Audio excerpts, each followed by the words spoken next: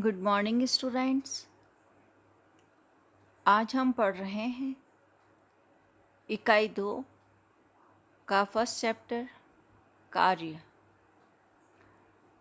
ये हम पढ़ रहे हैं एमए फाइनल समाजशास्त्र का पेपर औद्योगिक समाजशास्त्र जो एमडीएस यूनिवर्सिटी का 8th का फर्स्ट ऑप्शन है।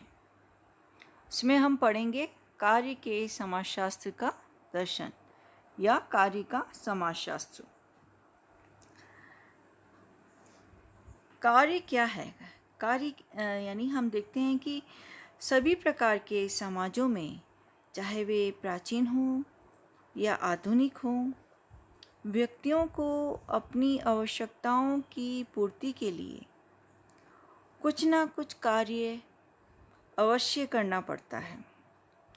कार्य मनुष्य की सबसे महत्वपूर्ण गतिविधि है तथा यही हमारी सामाजिक संरचनाओं का आधार भी है। लेकिन सभी समाजों में कार्य की प्रकृति, उसके स्वरूप, उसके लक्ष्य, उसके तौर तरीके एक जैसे नहीं होते,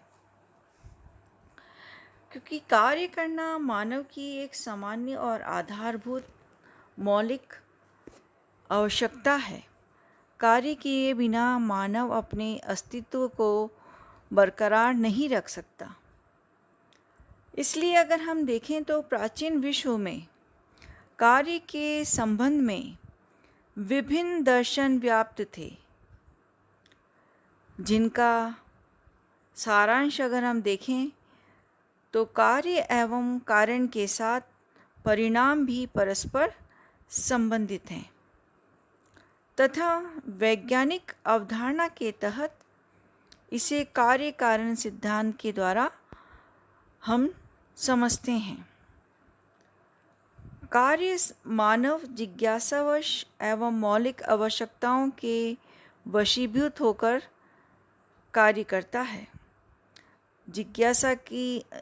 जिज्ञासा की उत्कृष्ट पिपासा को शांत करने के लिए, यानी जो व्यक्ति के मन में जिज्ञासाएं उत्पन्न होती हैं, उन जिज्ञासाओं को अगर वो शांत करता है तो उन जिज्ञासाओं को मानव अपने प्रयोगात्मक कार्य के द्वारा यह जानने की कोशिश करता है और साथ ही धीरे धीरे हमारी जो आवश्यकताएं हैं उसके स्वरूप में परिवर्तन होने से समाज विज्ञान का दर्शन भी धीरे धीरे परिवर्तित हो गया है।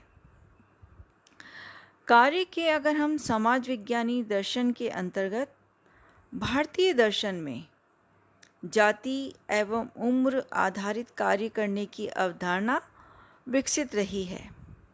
जाति के आधार पर अगर हम देखें तो विभिन्न स्वरूपीय कार्यों की अवधारणा विकसित हुई है। यह ऋग्वेद के पुरुष के सूक्त मंडल के 10 में पाया जाता है, जिसे उत्तर वैदिक कालीन माना जाता है। अगर हम देखें तो विभिन्न उम्र के अनुसार कार्य करने की भावना का विकास, कार्य करने के दर्शन और भारतीय अवधारणा के अंतर्गत हम उसे आश्रम व्यवस्था में देख सकते हैं।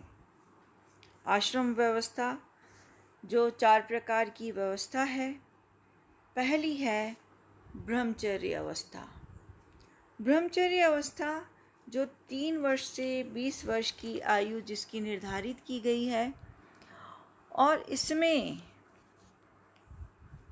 जो बालक होता है उसे अध्ययन में तालीम रखा जाता है, यानी उसे हर एक तरह के अध्ययनों का उसे शिक्षा दी जाती है।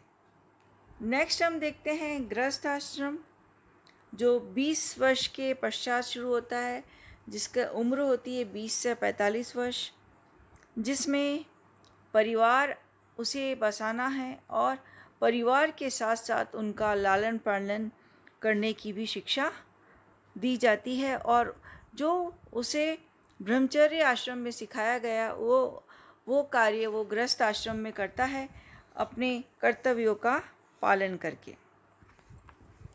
उसके पश्चात हम देखते हैं वानप्रस्थ आश्रम, जिसका आयु जो निर्धारित की गई है वो 45 से 60 वर्ष की आयु है, जिसमें वन की ओर प्रस्थान तथा आत्म कल्याण की ओर उसे ले जाया जाता है कि उसे गृहस्थ आश्रम का अगर उसने कार्य कर लिया है तो वो वन की ओर प्रस्थान करे। और ये कब करता है? जब उसे ये पता चलता है कि उसके बच्चे परिवार चलाने में सक्षम हैं। यह मनुस्मृति में लिखा गया है कि जब उसे ये पता चले कि उसके बच्चे परिवार चलाने में सक्षम हैं तो उसे वानप्रस्थ आश्रम में जाने की तैयारी कर लेनी चाहिए, उसका कार्य करना चाहिए। नेक्स्ट हमारा आता है संन्यास आश्रम, जो 60 वर्ष के पश्चात शुरू होता है और जो शेष जीवन है व्यक्ति अपना संन्यास आश्रम में ही गुजारता है।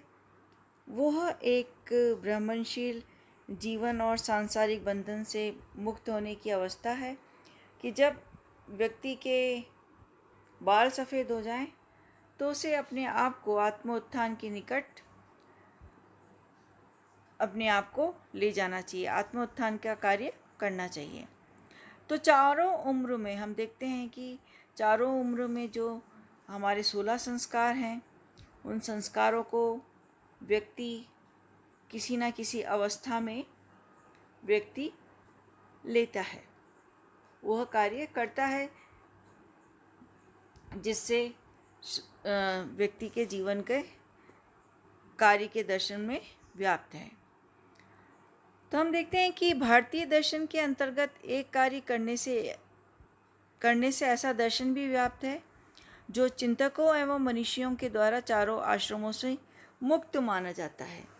जैसे ऋग्वेद एवं अर्थवेद दोनों ही ऐसे चिंतकों के लिए नपुंसक लिंग का जिक्र करते हैं।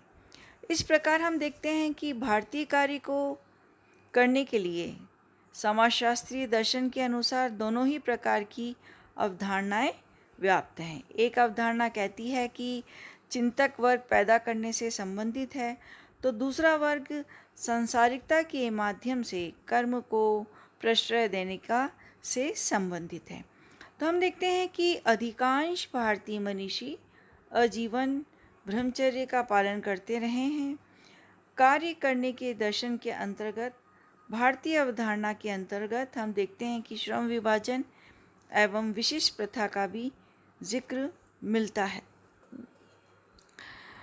कार्य की जो संबंध में यूनानी विद्वानों की भी ये धारणा रही है कि कार्य जिनका संचालन यांत्रिकी ढंग से किया जाता है और गुलामों के द्वारा संचालित किया जाता है, इस तरह से हम देखते हैं कि कार्य अभिजात वर्ग के द्वारा संचालित नहीं किए जाते, क्योंकि ऐसा करने से अभिजात वर्ग के मस्तिष्क और विहता को चोट पहुंचती है। कार्य करने को व्यक्ति की अभागिता का सूचक माना जाता था, लेकिन कालांतर में कार्य के संबंध में इस प्रकार की धारणाओं में परिवर्तन हुआ है। मध्यम काल के में हम देखते हैं कि कार्य को ईश्वरीय आज्ञा का प्रतीक माना जाता है। इससे कार्यों का निर्धारण व्यक्ति के जन्म से, उसकी परिस्थिति से और समाज से निर्धारित किया जाता है। तो हम ये देखते हैं कि इसका परिणाम यह हुआ है कि व्यक्ति का कार्यों को संपादन करने में उन्हें समाज में उचित स्थान प्रदान किया जाने लगा। तो कार्य की अवधारणा का जो नवजागरण से सूत्रपात उस समय हुआ जब से इसका संबंध उत्पादन से जोड़ा गया। इससे कार्य करने को पाप का प्रतीक ना मानकर बल्कि इसे आनंद और प्रतिष्ठा का प्रतीक माना जाने लगा। प्रोटेस्टेंट धर्म में तो कार्य को जीवन का आधार और सार माना जाने लगा है। क्योंकि हम औद्योगिक समाजशास्त्र पढ़ रहे हैं, तो औद्योगिक क्रांति ने दुनिया की तस्वीरें बदल दी। नई मशीनों के परिणाम स्वरूप विशाल उद्योगों की स्थापना की जाने लगी। इन उद्योगों में काम करने के लिए बहुत ही बड़े पैमाने पर मज़दूरों की आवश्यकता हुई और अपने कार्य करवाने के लिए यानी इसकी पूर्ति के लिए गाँवों का सहारा लिया जाने लगा। गाँवों से शहरों में काम करने के लिए अनेक प्रकार के लालच दिया जाने लगा। इसके कारण कृषि कार्य में लगे हुए व्यक्ति शहरों की ओर जाने लगे, जिसके कारण उनके नैतिक और सामाजिक जीवन में भी परिवर्तन आने लगा और इस प्रकार कार्य को आजीविका का साधन माने जाने लगा। लेकिन कार्य से जो भी धन या आय होती थी उसे मजदूरी की संज्ञा दी गई और मजदूरी का निर्धारण करने के लिए श्रमिकों और मालिकों के बीच सौदेबाजी प्रारंभ हो गई। तो हम देखते हैं कि प्राचीन काल से ही कार्य से संबंधित विचारधाराओं में निरंतर परिवर्तन होते रहे हैं। तो इस तरह से हमने देखा कि कार्य करने की जो अवस्थाएं थी वो हमारे आश्रम व्यवस्था में ब्रह्मचर्य, गृहस्थ आश्रम, वानप्रस्थ आश्रम, संन्यास आश्रम, उसके साथ ही हमने देखा कि किस तरह से कार्य करने का कार्य की अवधारणा का सूत्रपात हुआ। तो आज हमने देखा है कि कार्य के समाजशास्त्र का क्या दर्शन है। अब आने वाले समय में हम कार्य से संबंधित आधुनिक विचारधारा पर विचार करेंगे। Thanks, have a nice day.